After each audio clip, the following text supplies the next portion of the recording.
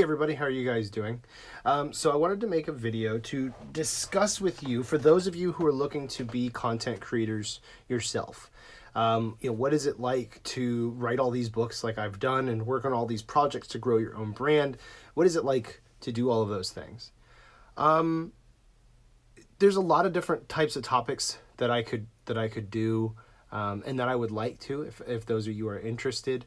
I would say that overall, you go through different phases, honestly. You'll go through parts where everything's great, you're writing, or maybe you're making videos, or you're making music, and everything's great and positive, and you're just going through this creative boost, and it's just a lot of fun.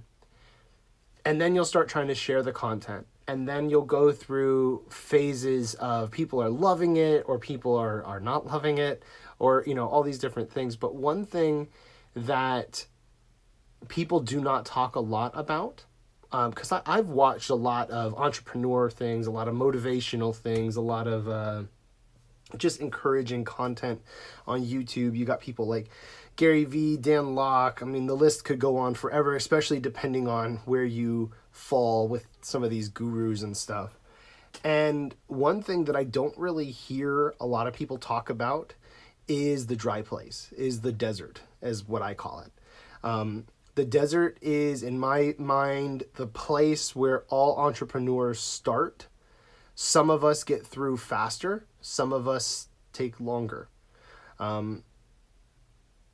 Right now, I would say Revelations is in that dry place, if I'm being honest. Why?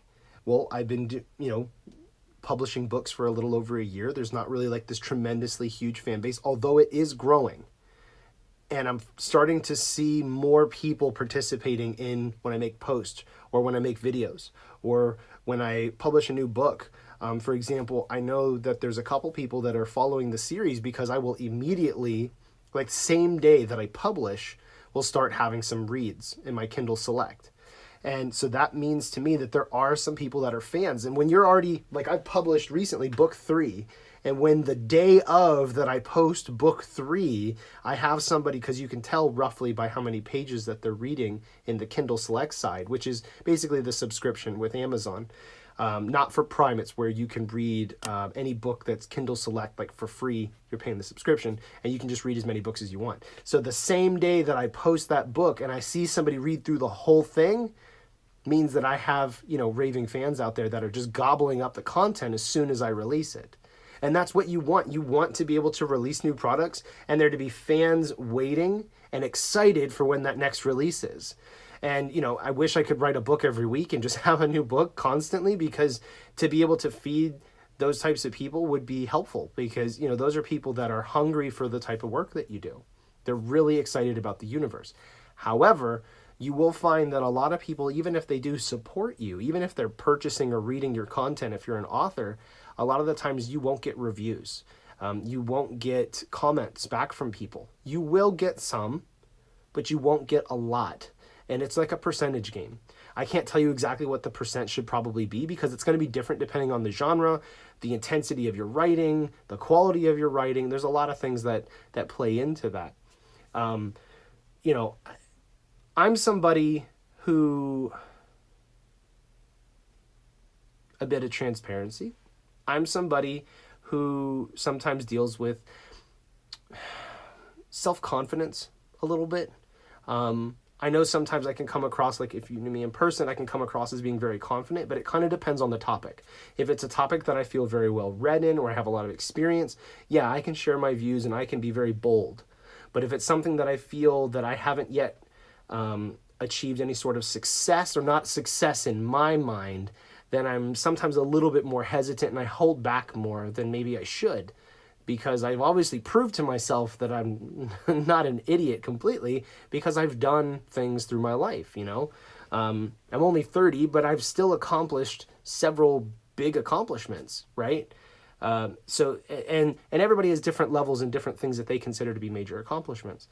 But I will still go through phases where I'm like, man, I'm writing books and I'm not where I want to be, and you start beating yourself up mentally. And for myself, and this is take it or leave it. But for myself, I depend on my faith in Jesus a lot. Not just for writing, just in general for my life, to be a guide in my life. And it seems almost every single time lately that I get like in this funk and I start beating myself up and I'm like, I don't know if I'm that good at writing. If I was good, there would be more readers, there would be more fans, there would be more sales, there would be more people talking about it, there would be more people commenting, if nothing else, you know. And then somebody will send me a message and it'll be extremely positive, extremely encouraging, and they won't know that this is going on because I don't go around advertising that I'm like, oh, I'm, you know, feeling down, or oh, I wish things were better. You know, I don't go around and talk about that publicly. So I'll just receive a random message, and this just happened the other day. Somebody had read, or they were most of the way through Rise of the Inquisitor, which is my first novel. The version that they purchased was the version before I ran things through Grammarly. So before that, that was just me, just myself editing. Now I use Grammarly to help me, and it has improved my quality, I would say. And I've actually taken Rise of the Inquisitor back through that, but this individual had purchased it prior to that. And he was just going on about how, you know, the interaction between the characters feels really real. The dialogue is really solid. I'm really enjoying the plot and all these things. And it just meant a lot to get that. And that's just one person. You know, and I could go weeks without hearing something from somebody else. And do I need to have constant validation and constant encouragement? Absolutely not. Because that's just not how it is in business. But it helps a lot to have that. But what I want to share as a content creator, as an author, you're going to go through those hard times. You are. And you're going to be presented with a lot of opportunities to quit. So you need to know going into it, how serious are you? And the decision that you make today, like if you have not written anything, or if you've only written one book, or you're starting a book, and you're trying to start growing this brand, your level of commitment today cannot be the same as what it will be in 6 months. It cannot be the same as what it'll be in a year or 2 years. Why? Because mine certainly wasn't.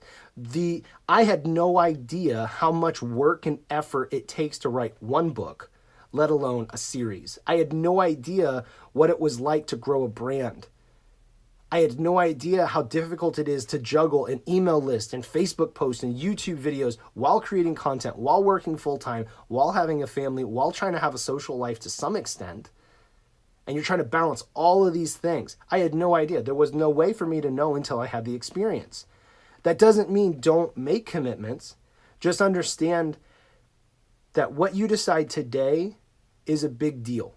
If you decide today, or if you've already decided recently, I'm going forward with my own brand, I've got an idea for a universe or storyline, this awesome series, whatever it is, understand that your level of commitment today is going to get challenged. And you're going to have to recommit yourself, maybe even multiple times. You're going to feel down. You're going to want to sit in the corner and just be like, this isn't worth it. And you're going to have to make the decision in that moment. Again, just like you had to at the very beginning, how serious is this to me? Do I really want to do this? Or do I believe in this story? I believe that it can be a big deal. I believe that it can entertain people, or I believe that it can be successful. And you're going to have to recommit yourself and decide, this is what I want to do. And I've gotten to the place now where even though I might feel down, or I might feel disappointed with where I am, I also have to celebrate the success. I've written 4 novels by myself. I don't have a ghostwriter, you know. This isn't to call anybody out, but I've had a number of people say they would beta read and then didn't. I get stuff comes up in life. You get busy. You're beta reading technically for free. So I get it. You know, you only can commit to so much, but it's not on everybody else if Revelations is successful. A lot of it falls onto just my shoulders. I have to be the one to be out there and get people excited. I have to be the one to go out there and keep creating content. People can't be excited about a dead brand. People can't be excited about something because you wrote one single book and that's all you're going to write for the rest of your life. Like, you could have a home run, just boom, I wrote one book and it's just sold billions. You could, but it's extremely unlikely. So you have to keep at it. You have to keep redetermining yourself And I've gotten to the point now where I'm so motivated for revelations that even when I'm feeling disappointed, it may slow me down, but it doesn't stop me. And I know the difference. Back in 2007, 2008, when I came up with revelations, I stopped. I got to a point where I was too overwhelmed. It was too much to do, and I just stopped and put it away. So I know the difference between stopping when your motivation is dead and slowing down because you just need like a pick-me-up, or you just need another success, or you just need another thing to help motivate you. But you're still moving forward. And those are the not so pleasant sides of being an entrepreneur and being a content creator that people don't want to talk about. They don't want to talk about how much work it is. They don't want to talk about how hard it is. They don't want to talk about how unrewarding it is. They want to talk about all the great stuff. Oh, I'm making all this money, or I've got all this fame, or I've got all these followers, I got all these fans, I've got all these sales. But that stuff doesn't mean jack in the end anyway. Ultimately, if Revelations makes billions of dollars but fails to do what I've set out to do, I made a lot of money. That's great in a way. But I'm trying to do something that's meaningful. I'm trying to do something that's going to last. And that takes time, that takes effort, a lot more effort than it is to make a quick buck. So stay the course if you're really serious. It's going to be tough, and you're going to have to recommit yourself. But anything worth doing requires sacrifice. It's just the way it is. It's part of the toll of life on this side of eternity. Is anything worth having, you're going to have to sacrifice something.